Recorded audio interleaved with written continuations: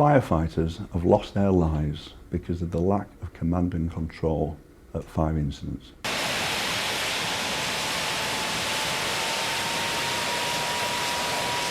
Anybody in any financial institution looking at what happened here would have thought they were mad.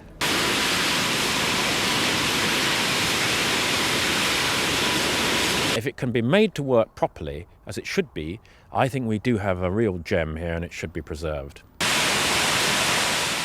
Firefighting is all about teamwork and training. These firefighters are being taken step by step through a scenario. Gas is escaping from a valve. They have to hold back the flames with a screen of water. One mistake and they'll all be engulfed. While their skills are being tested, a different challenge is facing the Fire Service College. The government has ordered a wide-ranging review which may lead to the closure or breakup of this, the emergency services' pride and joy. This may look like the set for a futuristic sci-fi film, but hidden away in the Cotswold countryside, the Fire Service College has all the toys to reproduce any firefighting scenario known in modern times. Less than a mile from Moreton in Marsh, there's a railway system complete with rolling stock. There's a motorway for staging multiple car crashes, an oil rig with a helicopter deck, planes of all types including a Boeing 737 and a range of buildings from shopping malls to factory sites. There's even a landlocked ship. We focus on issues of command, tackling a big fire, tackling a small fire, tackling a chemical incident, tackling a road accident, a rail accident, an aircraft accident. The commander who's first in attendance there and makes the initial decisions will have been trained here. The fireground is what makes Moreton unique, and that's what attracts students from over 100 countries. But its core business is training UK firefighters. The government's fundamental review of the college calls into question an institution which is at the heart of the National Fire Service.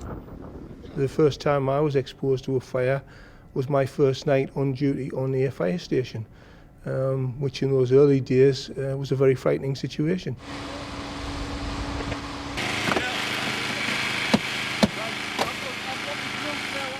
One of the first courses I did here was in the late 1960s as a road traffic accident instructor. And I know that lives were saved in what is now the Humberside area as a result of the techniques and practices that I was able to take back from here and put into practice in that area. The Fire Service College covers more than 500 acres. Even on the fringes, hidden inside the woods, there are firefighting scenarios like this crashed jet. During the war, there were crash planes of another kind. The site was home to Wellington bombers. Moreton had thronged with Americans, part of a staging post prior to D-Day. The airfield was closed in the 1950s. The Fire Service College moved here, but in the privatisation era, the Conservative government set it the target of making a profit. The way the trading fund was established guaranteed that the person who was given the task of making it work could not succeed. Yeah, there was a millstone round the neck, there still is to a degree, although it's getting better. But in 1992, it was an absolute disaster what they did here. And anybody in any financial institution looking at what happened here would have thought they were mad. It had to run from day one as an agency, expecting to make a profit without any assets. I understand that there wasn't money to pay the wages, really. I mean, it was that stupid. Before 1992, the college derived its income from local fire authorities and a Home Office subsidy. Then, at a stroke, £750,000 was withdrawn. They aim to overcome that by growing the commercial business from some £300,000 to 5.9 million in 1 year. I would suggest that that was a fairly unrealistic assumption. And then beyond that year, growing it further to some 10 million in 3 years, and I think it was 20 million within 5 or 6 years. That was never really possible. And so the formula was flawed from the outset. Basically what we've got here is a lower hold of a ship. and we've got a raking ladder that comes down from a tween deck, and the firefighters are going to penetrate down in here with a line of hose. We've got one fire simulated down here, and we've got a smoke bale. There's also 2 casualties which will represent 2 crew members which have been lost.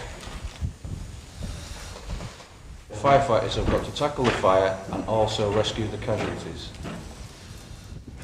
What we need is initial attack with BA, hose, branch, into control, but I want to get the initial attack up there. Okay. Right. And life jackets as well. Okay. From all over the British Isles, fire officers are sent here to the Midlands to learn how to put out a fire on the 3,000-ton Sir Henry, a concrete ship that will never sail the seas. I would say it's as real as you can simulate on land, really. The facilities the college have are excellent, and my brigade certainly would have nothing along those lines at all. So to me it is worthwhile. It's very realistic and extremely hot.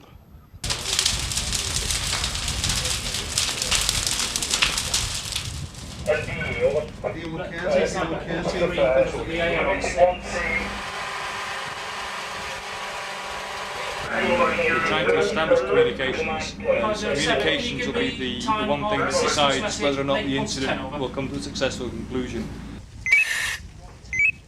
They call it hot fire training. All of the fires shown in this programme are simulation. I have experience of ship firefighting because I served in the Royal and Merchant Navies. But they don't have the same facilities as we have in the Fire Service College to train for ship fires. And they're going to confirm that that boat's going to be standing by non-stop. It's never going to leave, yeah? Well, make sure that's what they're doing. Those taking part in the marine exercise range from station officers to divisional commanders. They may never have to fight a real fire at sea, but they will always have to make decisions under pressure. The first OIC you get coming up, you'll be a sector commander, and I want BA team moved to the aft hold as well. So you're going to retrieve that line of hose, give it to them and search between them. Right. It's quite hot at the top. Okay. It's hot on the top to about, I would say, at least 400 degrees above.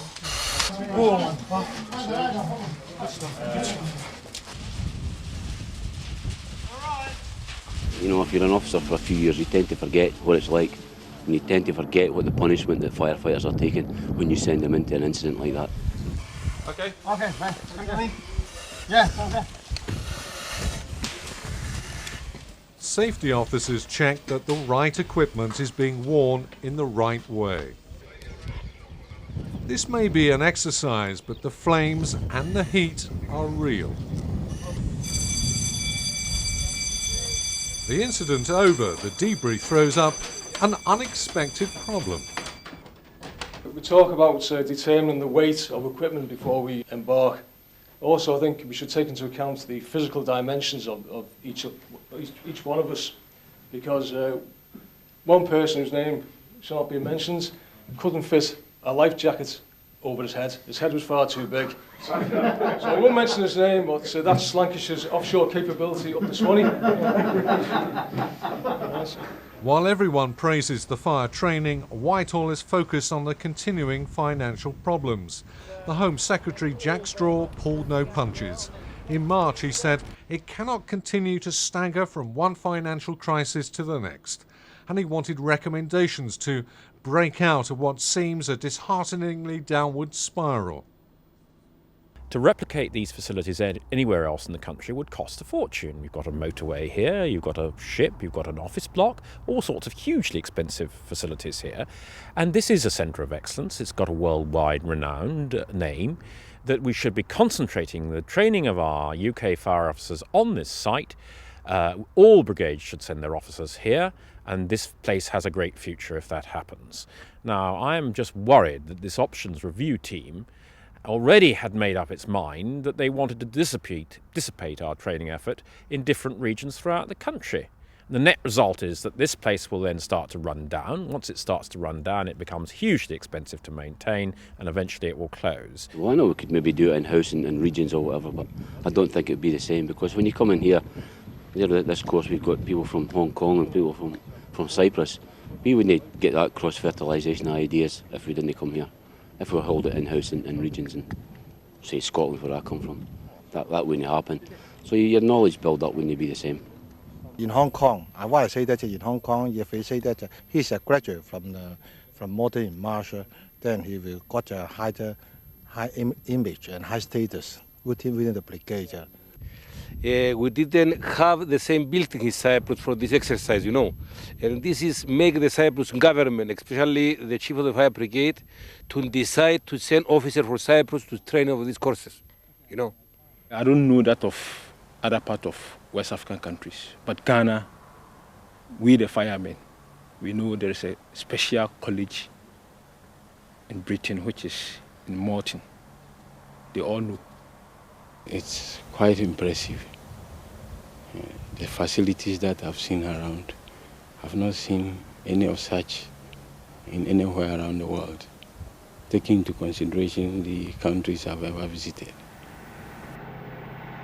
But there are many who are more critical of the facilities and accommodation on offer at Moreton. The level of safety, even here, is being questioned. This place needs the best equipment, it needs the best possible standards, and the reality is that some of the buildings are now putting our members at risk. They are so bad in their maintenance. We do have a health and safety problem at the Fire Service College, which takes some believing. You can explain to the public that one of the unsafe places of this country is the Fire Service College. But where they're teaching safety officers. Exactly, and it's all down to this question of the lack of capital investment over the years.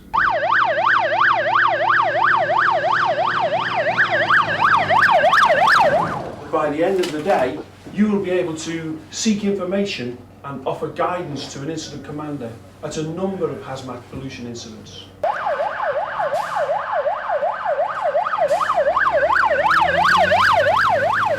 You will have an Environment Agency representative at all the locations. Okay, any questions on what we're out to do?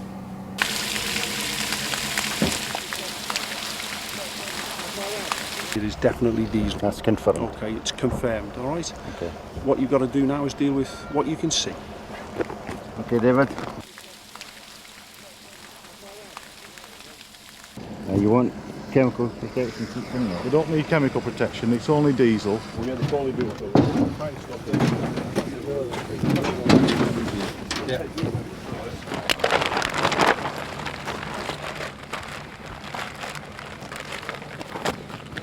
Too far away with this boom, move it further in. Move that in. Get some pressure in it because we want to stop it from going over the area.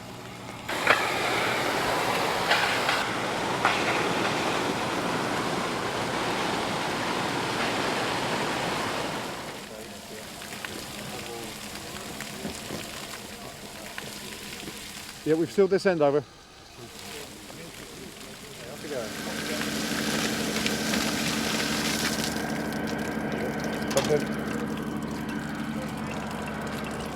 Hey.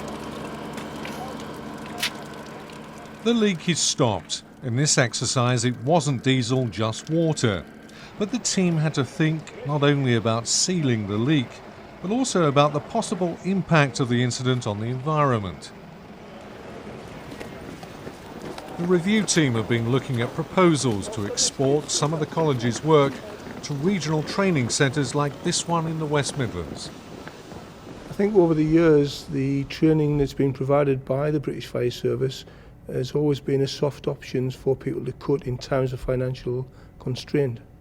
But I think in the last 10 years in particular, we've come to realise that the training we provide is an essential part of creating a safe firefighter whilst at work. You happy with that, Mr. Ryan? It takes 13 weeks to train a firefighter. Everyone here is on week 12. If they pass their exams in 2 days' time, they could be fighting fires next week.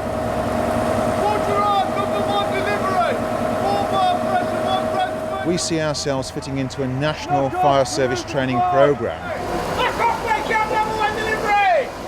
Within the West Midlands and other regional centres in the United Kingdom, firefighters are trained for the basic skills they're required to carry out their job. But the college at Moreton and the Marsh, they carry out a different type of training which takes those skills and enables fire officers to apply those skills in realistic situations. The facilities on the fire ground there are far superior than we could offer here. And although we see ourselves in the training industry, we don't compete with the college, we merely complement the college's programmes. So as soon as the water comes off, what's your next order? You're thinking about your next order now. What's that going to be? Water on. Out for them. No, think about it. 13 brigades send their raw recruits to the West Midlands. Go! Knock off! Make off! The Smethwick Centre doesn't have the space or the accommodation to take on the work of the college. Okay, number 3, take the brace of both lengths of hose. Training centres like these provide the first steps on the career ladder. If this is school, then Moreton is definitely the firefighters' university, and everyone would like to progress to such a stage. But whatever level you're at, training is taken deadly seriously, because everyone here knows that it could save their lives. A lot of fire authorities, particularly the major ones in the metropolitan areas, have been under financial pressure, and they haven't actually been able to afford the right level of training for their firefighters. Certainly we have had enormous difficulty and put a lot of pressure on our consciences, really, because we've had to choose between equipment and training, and the training in the past has invariably been what has suffered. Firefighters have lost their lives because of the lack of command and control at fire incidents. Not my view, the view of the Health and Safety Executive. This is the establishment that trains fire officers in command and control. If they are not seeing that correct training and the result is government funding, then it is that has caused the loss of those lives. And I think also the public are losing their lives as a result of the lack of funding within this college.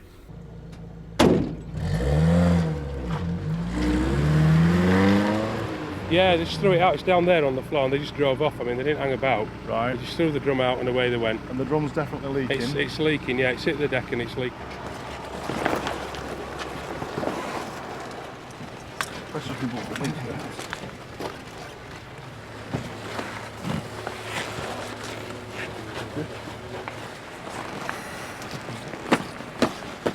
We'll stop up the drum leaking. If we can turn it onto its end, which stops the leak, great. Then we'll dam up the drains, then deal with whatever's left and get the information from it before we put it in the oversized drum.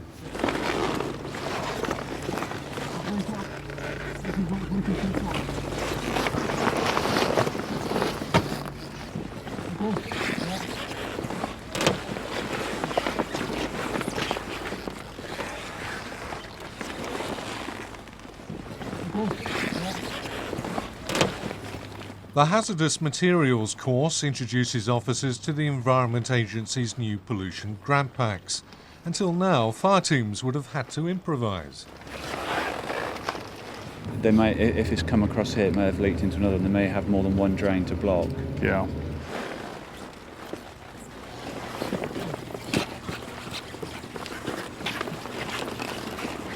If you've only had one of the damn-it packs in the grab pack, you'd have to improvise. Yes, yeah. Block the drain off around the side. That's right, that's okay.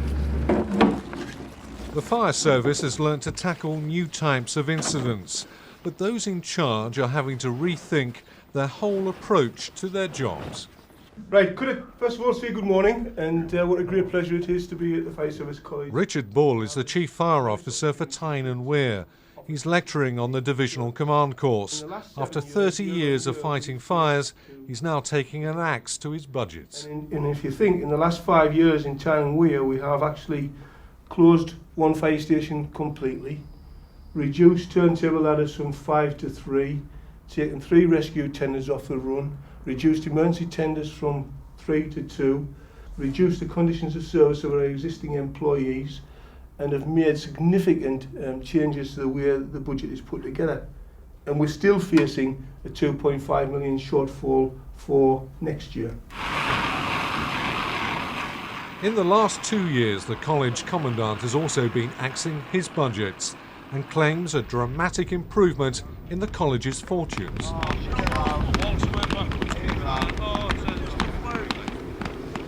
to inherit a turnover of £13.5 million and a trading loss of £3.8 million, and to come out the next year with an increase in income of £700,000 and a profit of £1.3 million is a significant turnaround.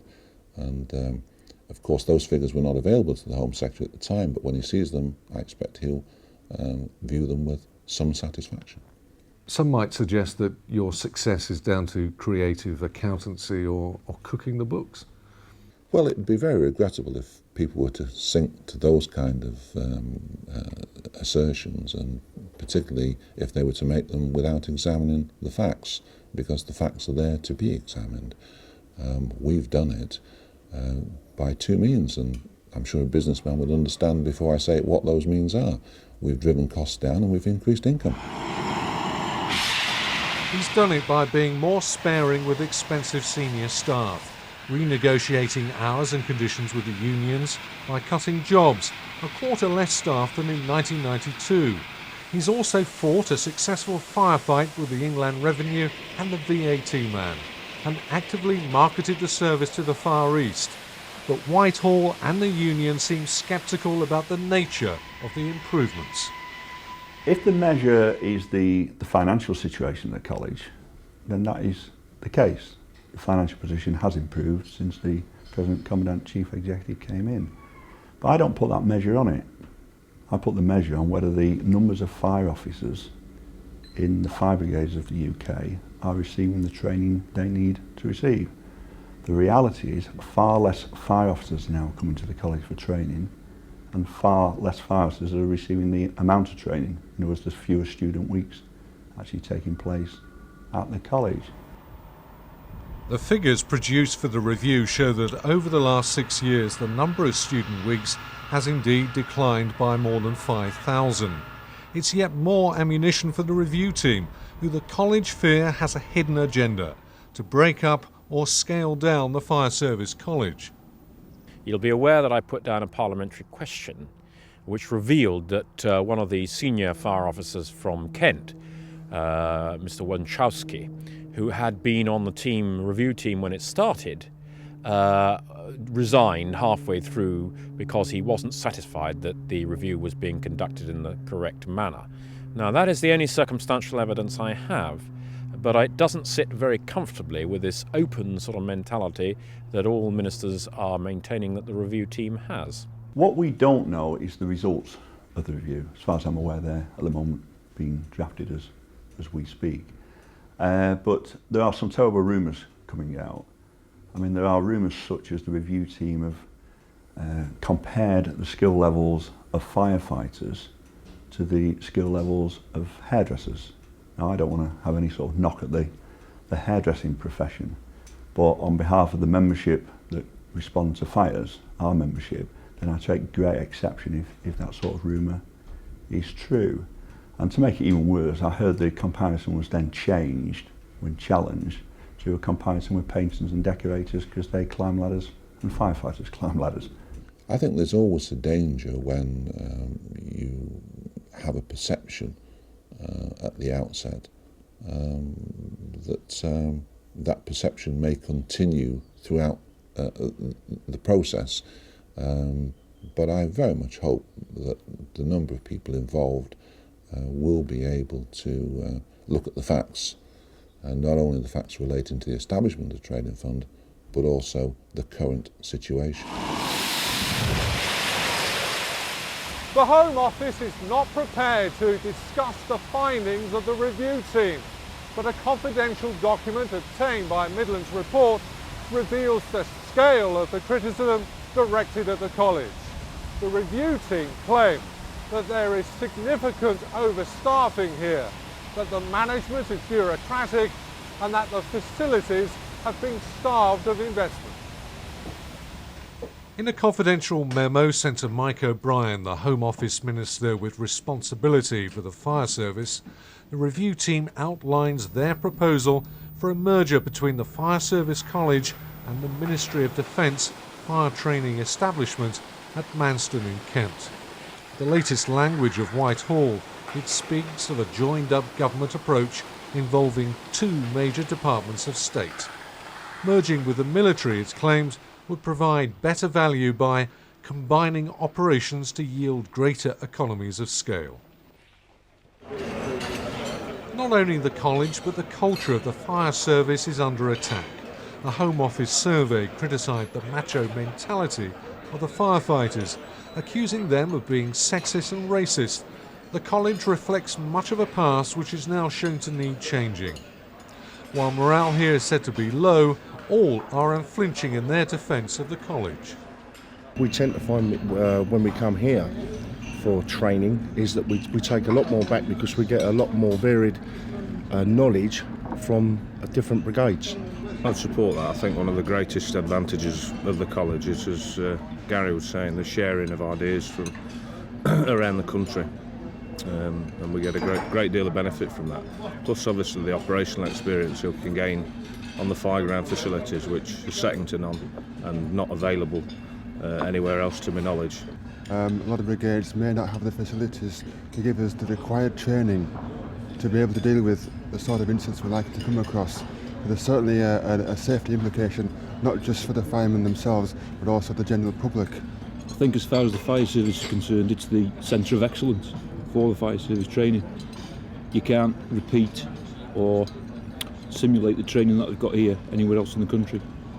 And I think to get rid of the college or to close it down or to reduce the funding for it would definitely have a knock-on effect throughout the fire service throughout the world.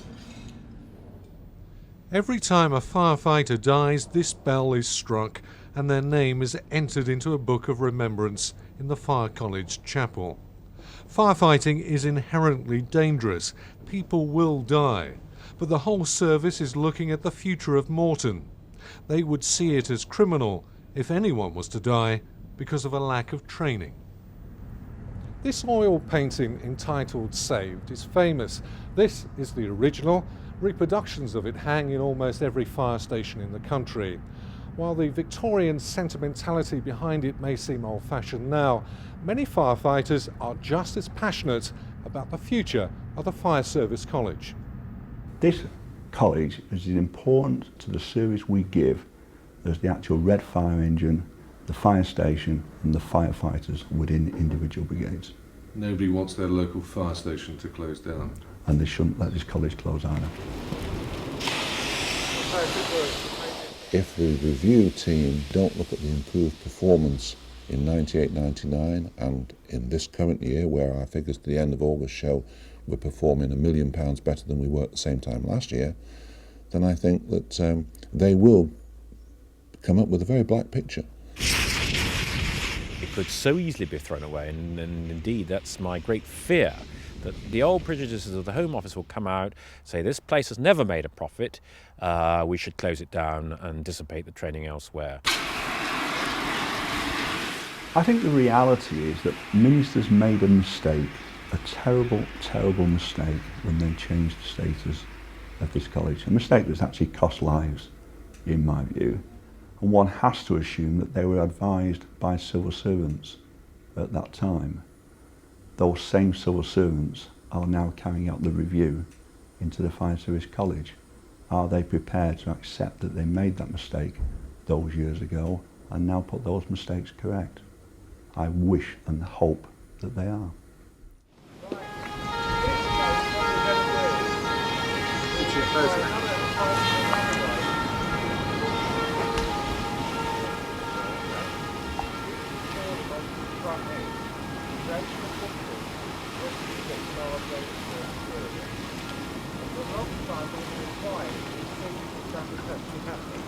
But for registry,